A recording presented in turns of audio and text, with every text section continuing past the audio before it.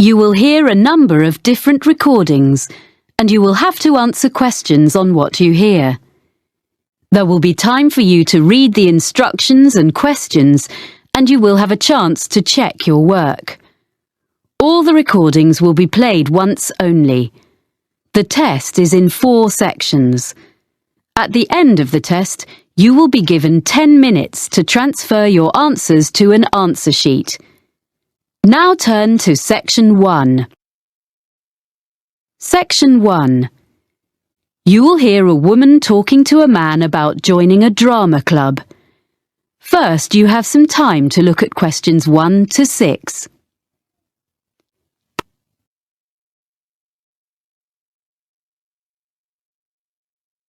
You will see that there is an example that has been done for you.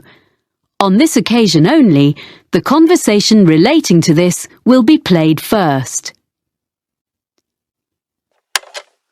Hello, Robert Gladwell speaking. Oh, hi. My name's Chloe Martin. I was given your name and phone number by Ben Winters. I work with him, and he said you're a member of Midbury Drama Club. Yes, I am. Well, I've just moved to the area, and I'm keen to join a drama club. Great. Yes, I can give you some information. We're one of the oldest drama clubs in the area, as the club started in 1957. We now have about 60 members. Our youngest member is 10, and our oldest member is 78. The year the drama club started was 1957, so 1957 has been written in the space. Now we shall begin. You should answer the questions as you listen, because you will not hear the recording a second time. Listen carefully and answer questions 1 to 6. Hello, Robert Gladwell speaking. Oh, hi. My name's Chloe Martin. I was given your name and phone number by Ben Winters. I work with him, and he said you're a member of Midbury Drama Club. Yes, I am. Well, I've just moved to the area, and I'm keen to join a drama club. Great. Yes, I can give you some information. We're one of the oldest drama clubs in the area, as the club started in 1957. We now have about 60 members. Our youngest member is 10, and our oldest member is 78. Oh, I think I saw a picture in the newspaper the other day of some of your members being presented with a prize. Yes, the youth section did very well in a competition and won £100, which will help with their next production. Anyway, tell me a bit more about yourself. Well, I've done a bit of acting. I was in a couple of musicals when I was at university, and a historical play more recently. We mainly do comedy plays. We get good audiences for that kind of thing. We haven't attempted a musical yet, but we might do one soon. Oh, when do you usually meet? On Tuesdays. Well, presumably I'll need to do an audition. Yes, there were a few auditions last Tuesday, and we'll be doing more at our next meeting, which is in 2 weeks' time. That's on Tuesday the 12th of March. There'll be another opportunity 2 weeks after that, which will be on the 26th of March. Oh, well, I can come to your next meeting, and if I don't get an acting part in a play, I'd be happy to help with something else. I've designed publicity before. Great. We're very short of people who can do that, so that would be really good. There are a lot of people who like making scenery, so we get plenty of help with that, but we haven't got enough people to do the lights at the moment. So, if you think you can do that, or you have any friends who would like to, do bring them along. We can show you what to do if you haven't got any experience. I'll have to think about it. So, do you meet in the theatre? We do our performances in the Manor Theatre, but we only hire that for the nights of the actual performances. We meet to rehearse every Tuesday evening in the community hall.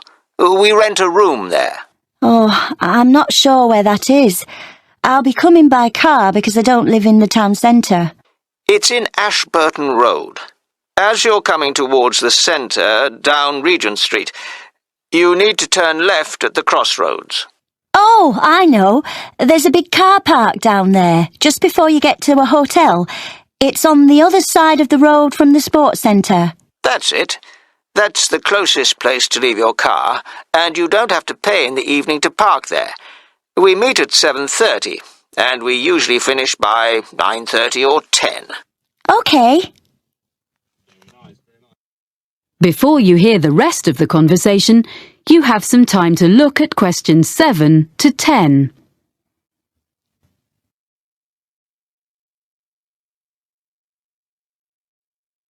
Now listen and answer questions 7 to 10. I haven't mentioned that we have to make a charge. Everyone pays a subscription of £180 to be a member for a year. You can pay for the whole year at once, or you can pay £15 every month. It works out the same. There are reductions for retired people and under 18s, but I don't think you come into either category. No, I'm 26. Oh, that fee covers all the costs, like photocopying of scripts and producing the posters, but it excludes the costumes for the performances. We ask people to pay for the hire of those themselves. It does mean they look after them properly, as they know they won't get their deposit back otherwise. Can I come along to the next meeting then? Of course. We'd love to see you. And if you want to know more about how we run the auditions or the next play we're doing, why don't you give our secretary a ring? She'll be really pleased to help you. Oh, what's her name? It's Sarah Sordicott. That's SAWDICOTT.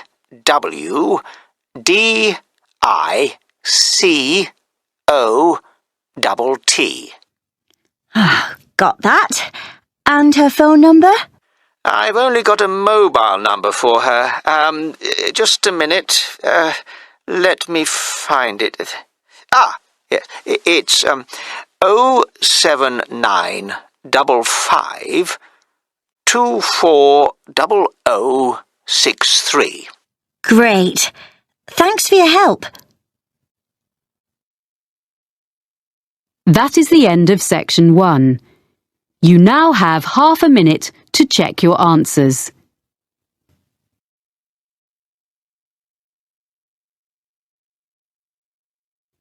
Now turn to section 2.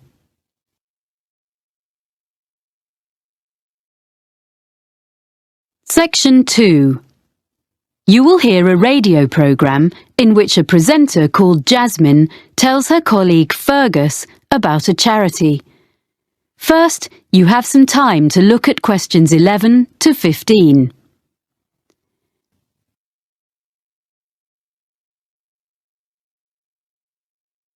Now listen carefully and answer questions 11 to 15.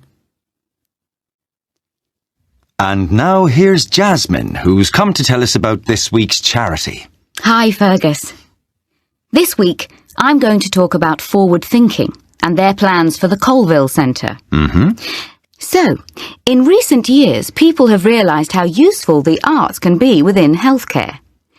The idea behind forward thinking is to use the arts to promote well-being. The charity develops projects for people with special needs and health problems, and also delivers training to healthcare professionals in using the arts, as well as supplying them with information and advice. Forward thinking doesn't just run art and craft classes to distract people who are ill, or recovering from illness, but arranges longer-term projects and courses, as it's been shown that the arts can bring all sorts of positive changes in patients, including benefits such as shortening the length of stay in hospital and reducing the amounts of medicine they need. I see. Forward thinking has experience of working with a broad range of people, from young adults with learning difficulties to older people in homes or daycare centres and people with physical disabilities. The organisation's been around since 1986, and it gradually expanded during the 1990s. Then, in the new millennium, it was decided to find a memorable name. So it's been operating as Forward Thinking for several years, In fact, since 2005. It's quite a locally based charity, mainly for people in the southern part of this region, which includes all rural and urban communities outside the city of Clifton, which has its own organisation. There are, of course, some similar charities in other parts of the country, in London and so on. And what's the present fundraising in aid of? Yeah, well, the charity needs funding in order to buy the Colville Centre. This is a former village school, which was built in 1868. It was modernised and refurbished by the present owners last year, so it's ideal for art classes and for small social events, performances, seminars and so on. Forward Thinking is fundraising to purchase the building so they can use it to continue running classes and so on for the general public, and eventually also for some of the people they help. Before you hear the rest of the talk, you have some time to look at questions 16 to 20.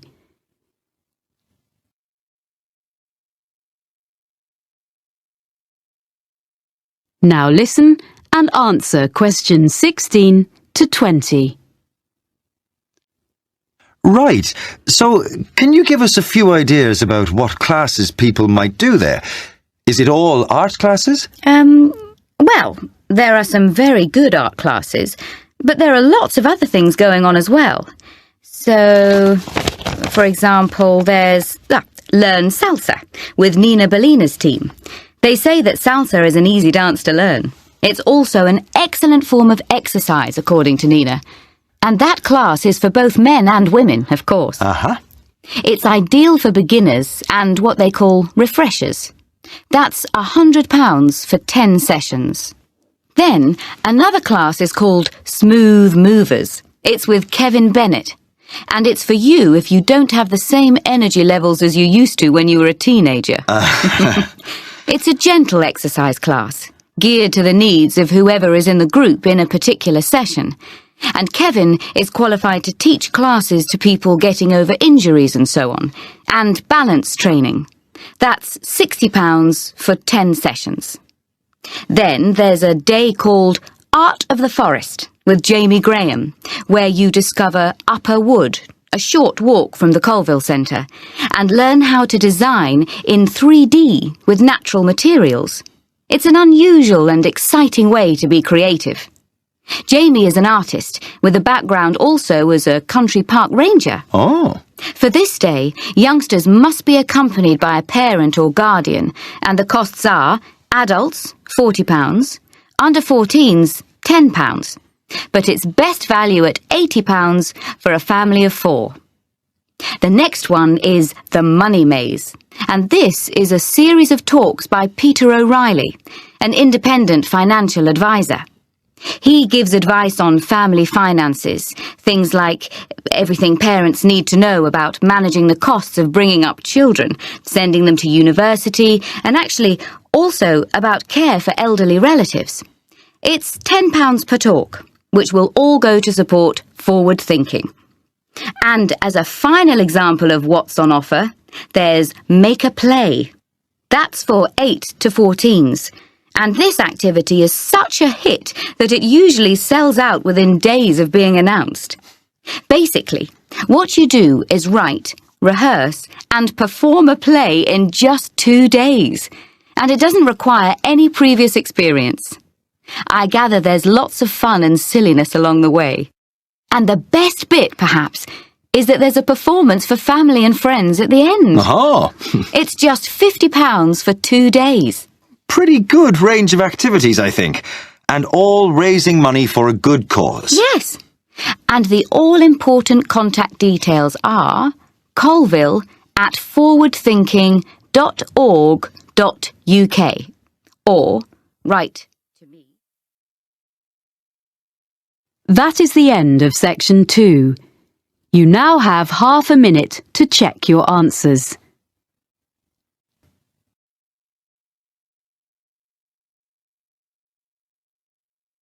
Now turn to section 3.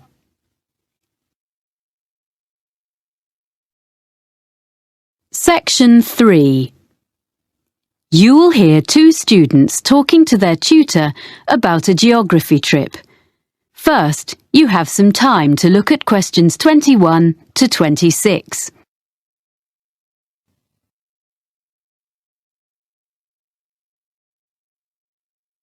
Now listen carefully and answer questions 21 to 26.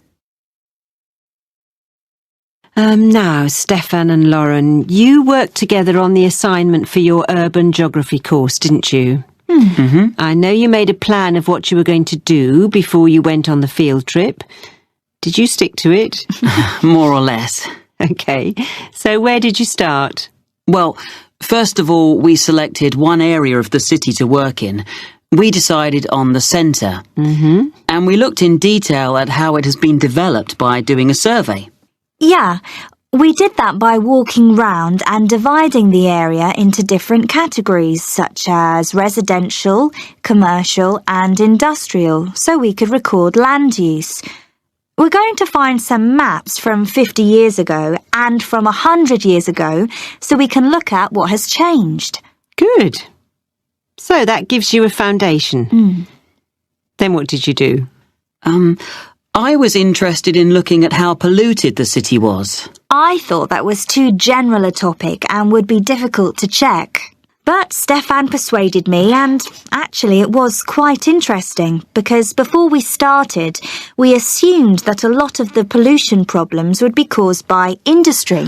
In fact, most of the industrial development has been on the outskirts. Oh. And most pollution is caused by the traffic which passes through the city centre every day. Right. There are 5 major road junctions around the edge of the city, so we set up equipment to check the air quality on each of those 3 times on one day.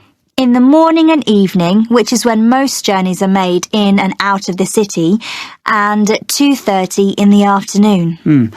On the same day, we went to the 2 busiest junctions in the morning and evening to calculate the traffic flow into the city. Right. We'll be able to produce some graphs from the figures we collected. Yeah. Presumably you then looked at where all these cars ended up. I thought we should look at why people were coming into the city, whether it was for employment or education or leisure activities.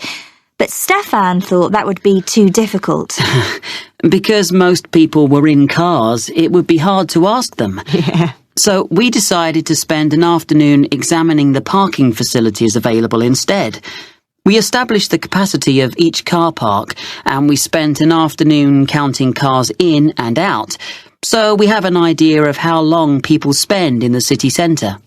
So, do you have evidence that most journeys are made by car within the city centre? We checked local government statistics to see if that was true, but they were inconclusive. Everything is quite close together in the city centre, and there are wide pavements, so you would expect people to walk from one place to another. So we chose a number of locations and we noted how many pedestrians passed a particular spot. How did you choose where to do that? We stood at 2 places in the business district. One in the shopping area, and the other was in an area where there are more tourists. Right. I thought it was really important to talk to people, so we carried out a survey on how people usually travelled into the city. We asked them about their usual means of transport. We found out that it varied according to why people were travelling. If they were employed in the city, they wanted to get there quickly, but if they were coming in for their leisure time, they didn't mind using the bus. That's all we had time for while we were there.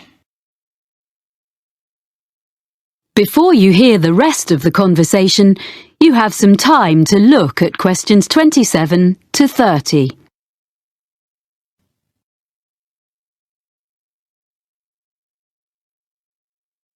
Now listen and answer questions 27 to 30. Okay. So, shall we talk about what you're going to do next and how you're going to divide the tasks up? How are you going to present the data you've got? Well, some of the information can be presented as graphs or maps. I'm quite good at the software. You'd better do that then, Lauren. I'll help you check all the statistics before you start. Okay. It's good to present as much as you can visually. Is there anything else you can use as visuals? We've got a lot of photographs which we can go through. We both took them, so some will be duplicated. Oh, it's going to take ages to go through them all. Maybe one of us should just choose some. Well, it's better if you collaborate. That way you'll end up with the best of what you've got. That's fine. We'll do that. And when the graphs and maps are done, you'll need to write a report, an analysis of the data. Will you do that together? I think that should be my responsibility if we're going to share the work out evenly. I can use some of Lauren's notes as well as my own. OK. And finally, you'll be presenting your project to the rest of the group in a couple of weeks' time. We thought it'd be better for Stefan to do that, as he's got more experience at that kind of thing. I would prefer to have input from both of you, as I have to do an assessment. We'll take turns then. We'll divide it into sections and talk about a few things each. Good. You'll find it easier, Lauren, than doing a presentation on your own. Well, if you need to ask me any more questions while you're working on this, email me. I look forward to seeing what you produce. Thanks. That is the end of section 3. You now have half a minute to check your answers.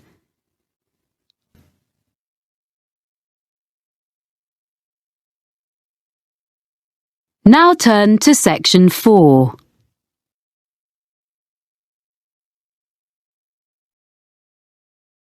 Section 4. You will hear a lecturer giving the beginning of a talk on the history of British pottery. First, you have some time to look at questions 31 to 40.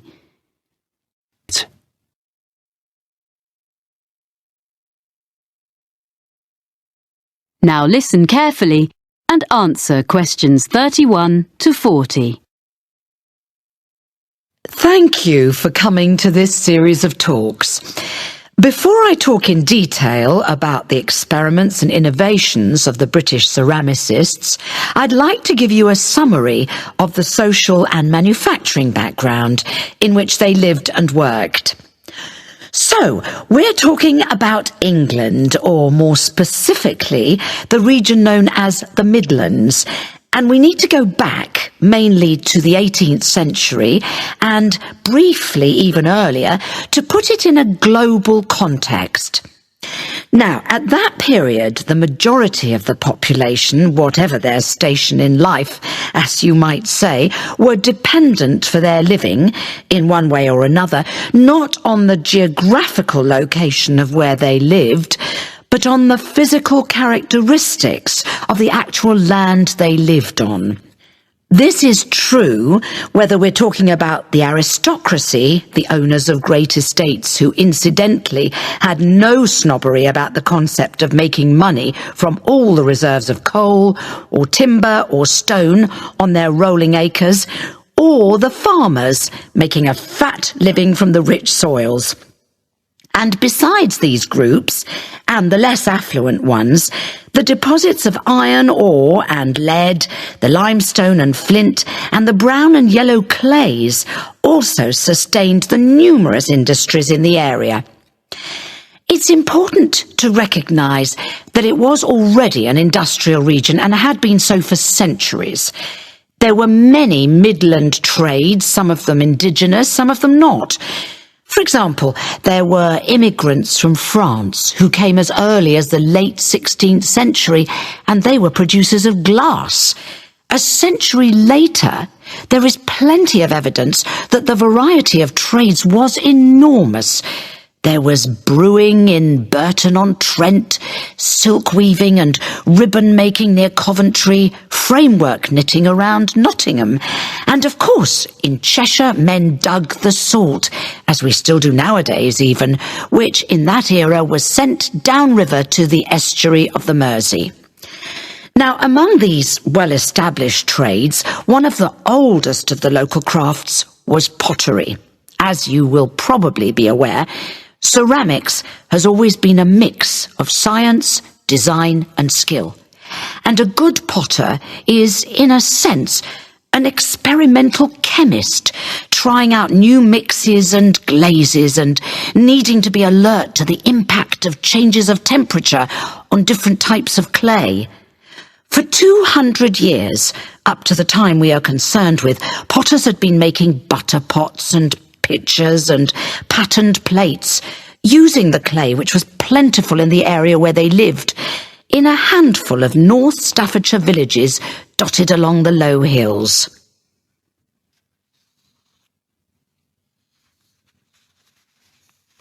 Now I want to explain a little about the industrial processes which had preceded the great breakthrough in Germany in 1708. That's when the formula for porcelain was discovered, a secret that had been held in China for 1,000 years. In the Midlands, in England as elsewhere, there had basically been two kinds of pottery. The first is still known as earthenware. Now, this was a bit rough and ready, but it was deservedly popular for several reasons. To start with, it was relatively cheap, so it could be used by most households. This was because it could be made from local clay without any complicated processing or added materials. From the potter's point of view, there was another reason for its cheapness. This was that it could be fired in simple ovens or kilns and at relatively low temperatures, so he didn't have to spend so much money on fuel to achieve the necessary heat. On the other hand, after one firing in the kiln, the problem with earthenware was that it remained porous, so had limited usefulness. So for most purposes, it had to go back in the kiln for a second firing before it became waterproof. And another thing was that it was extremely breakable. I mean, before it had even been sold. I suppose the potter wouldn't have minded so much if people just had to keep coming back for more every time they broke a jug or whatever. But it was very inconvenient because it meant there was a lot of wastage in the course of the manufacturing process. Anyway, for all these reasons, if people could afford it, and that would be all but the very poor, they would buy stoneware, a much tougher product. Now, for this, the potter used a slightly more expensive raw material, which was made by combining clay and flint, and this mixture was fired at a far higher heat, with the result that the ingredients vitrified. That is to say, in effect, the whole thing became glassy. And because of this, it was non-porous, and naturally this was regarded as a great advance. Well, that's the situation in the 18th century. Are there any questions at this stage? Okay, so now we can go on to look at the age of innovation. That is the end of section 4. You now have half a minute to check your answers.